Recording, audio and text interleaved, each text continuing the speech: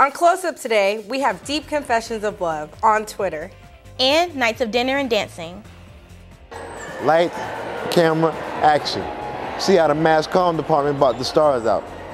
I'll tell you about this weather station that has been here on Winthrop's campus the last 100 years. Find out what Winthrop Eagles team has placed top 5 in 7 tournaments.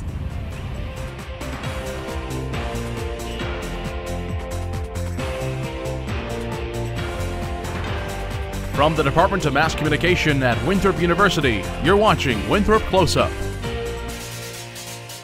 Just a quick reminder that Close Up will be taping a live show April 22nd in the Digs at 12:30 p.m. Yeah, make sure to come out and see how we do it live. Hi everyone, I'm Chelsea Brown. And I'm Brittany Gunn. The votes have been counted and Winthrop has a new CSL president and vice president, but the voter turnout wasn't exactly overwhelming. Stephanie Harris explores why. For the past 2 years, students have been given the opportunity to vote on their fellow peers who are running for office for the Council of Student Leaders. Each candidate takes the time and effort into planning their platform and campaign to show Winthrop students their qualifications and plans for the future. Upon hearing the slates, students then go on the CSL website and vote. With a national average of only 8% of students casting votes for their student government elections, it is not shocking that Winthrop had a low number of votes. It's disappointing, but by the same token, it's not unexpected that we only had 15 to 16%, depending on how many students you consider students on the Winthrop campus. And again, it's double the national average, so we can feel good about that students are involved to that extent. Dean Marlowe stated it is important to remember that voting for these student elections can help ease young people into voting for more intricate positions in the U.S. government.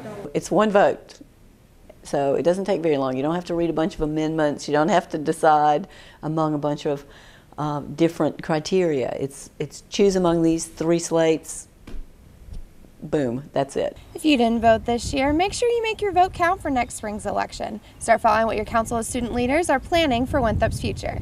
I'm Stephanie Harris reporting for Winthrop Close Up. Congratulations are in order for Chris Aubrey and Ian Dees for being elected the new CSL president and vice president. Winthrop didn't only get a newly elected student body president, but they also got a new meal plan option as well. The new options at the Wedge allow students to have more variety in their meal plan options. From 6 p.m. to 9 p.m. Sunday through Thursday, Winthrop students can now experience the Pick 2 option at the Wedge. Winthrop Dining Services are now allowing students to mix and match their meals between soup, salads, and potatoes. It's healthier. I think like the potato is more filling than maybe getting some fries or something like that. So I think it's a good option as if you're talking about health-wise. Winthrop Dining Services decided to make the meals with smaller portions and different combinations based on student suggestions. The Wedge also is implementing smaller portions with options of a small salad on the side. If you have something that you want to change in Winthrop Dining Services, make sure to fill out a comment card located in the Markley Center or visit www.campusdish.com. Winthrop welcomed prospective new students on Worldwide Winthrop Day. It was a day of sun and fun for future Eagles. After a quick info session, Winthrop welcomed prospective students with fun activities throughout campus. Everything that you could possibly do for fun at Winthrop and incorporate it all into one day. So it's kind of the best Winthrop experience possible for one day to give them as much as we can a sense of what it's like to be a student here. If you would like to help with the next Winthrop Day, be sure to be on the lookout for ambassador applications next semester. Winthrop and the National Weather Service have a century of history together. Reporter Timothy Coco fills us in.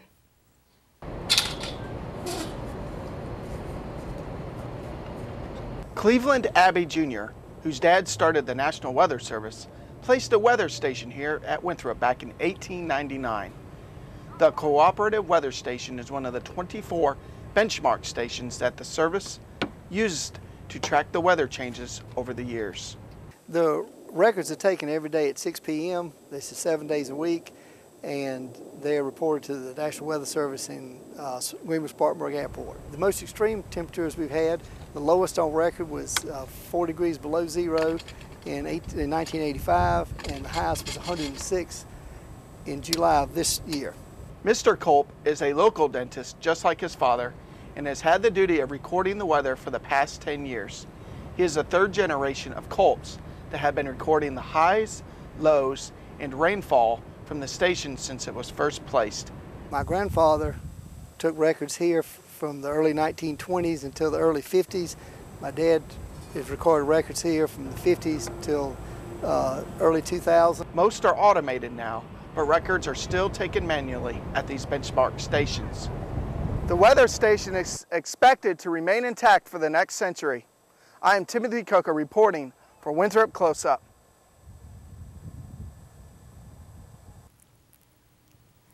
To learn more about the station and several others that have been placed since the early days, feel free to contact www.noaa.gov. We will be taking a quick break, but stay with us, Winthrop. You're watching Winthrop Close Up.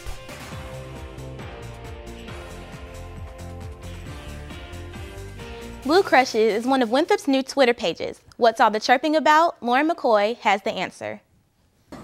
Do you want to tell the boy in your class how you really feel? Or compliment the girl you see in the gym every day? Well, here's your chance. Woo Crushes is a Twitter account that tweets what is sent to them. Some followers tell us more. Anonymously, people can post who they have feelings for or who they are attracted to and what they find attractive about their peers here at Winthrop. So, you know, I mean, I see it nothing as harmless fun. I thought it was funny. I mean, other schools have one. We're starting to act like a real school. It's been a good fun. It's hilarious. I mean, it's probably done by people, like, just seems like just girls do it for their friends, stuff like that. It's not that serious. It's pretty funny. It's a good time. You know, I made it on there once. I was pretty flattered. Woo Crushes might have taken a short break, but they're back in tuning again.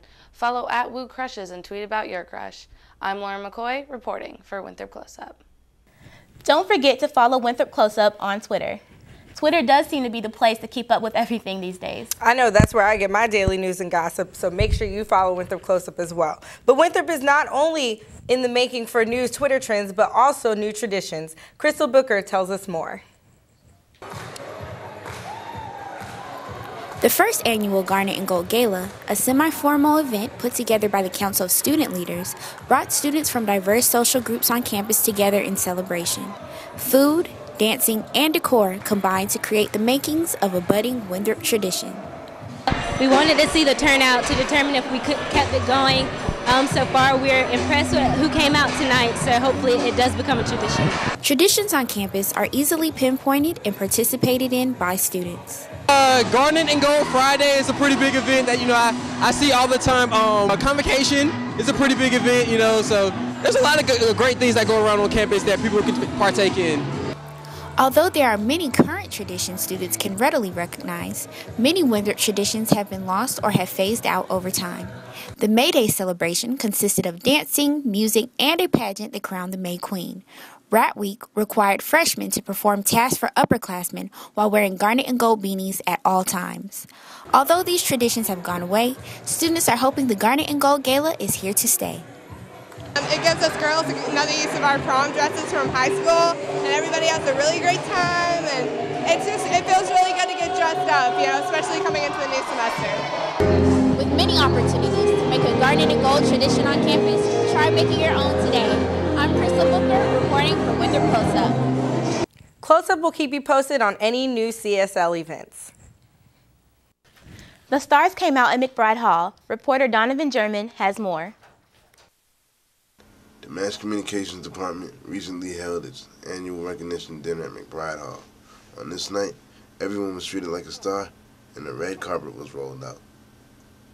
The theme for tonight is Holly Woo. Our tagline is Welcome to the A-List. This class is the MassComm 370 Public Relations Principal. During the fall, they raise money for the dinner, and the spring course plans the dinner. We have like Marilyn Monroe, Kim Kardashian, Kanye West, so it's going to be interesting. The real purpose of the MassComm dinner is to recognize graduating students and their accomplishments as they ride on into the sunset. It is also a chance for networking with professionals. We have professionals from around the Charlotte area and the Rock Hill area and some Winthrop alum.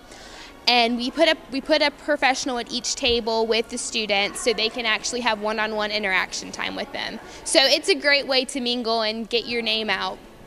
As you can see, the mass comm department is definitely at the top of the A-list. With photographer Brianna Robinson, I'm Donovan German, reporting for Winthrop Close Up. We here at the Mass Comm department would like to thank everyone for coming out. That's it for news. Let's punt it all over to Crystal in sports. Crystal? Thanks, Chelsea. Coming up in your Winthrop Sports, Winthrop puts a twist on physical education. Plus, how fast does an athletic trainer respond to athletic injuries? Stay tuned for what we have in store for you when we return. You're watching Winthrop Close Up.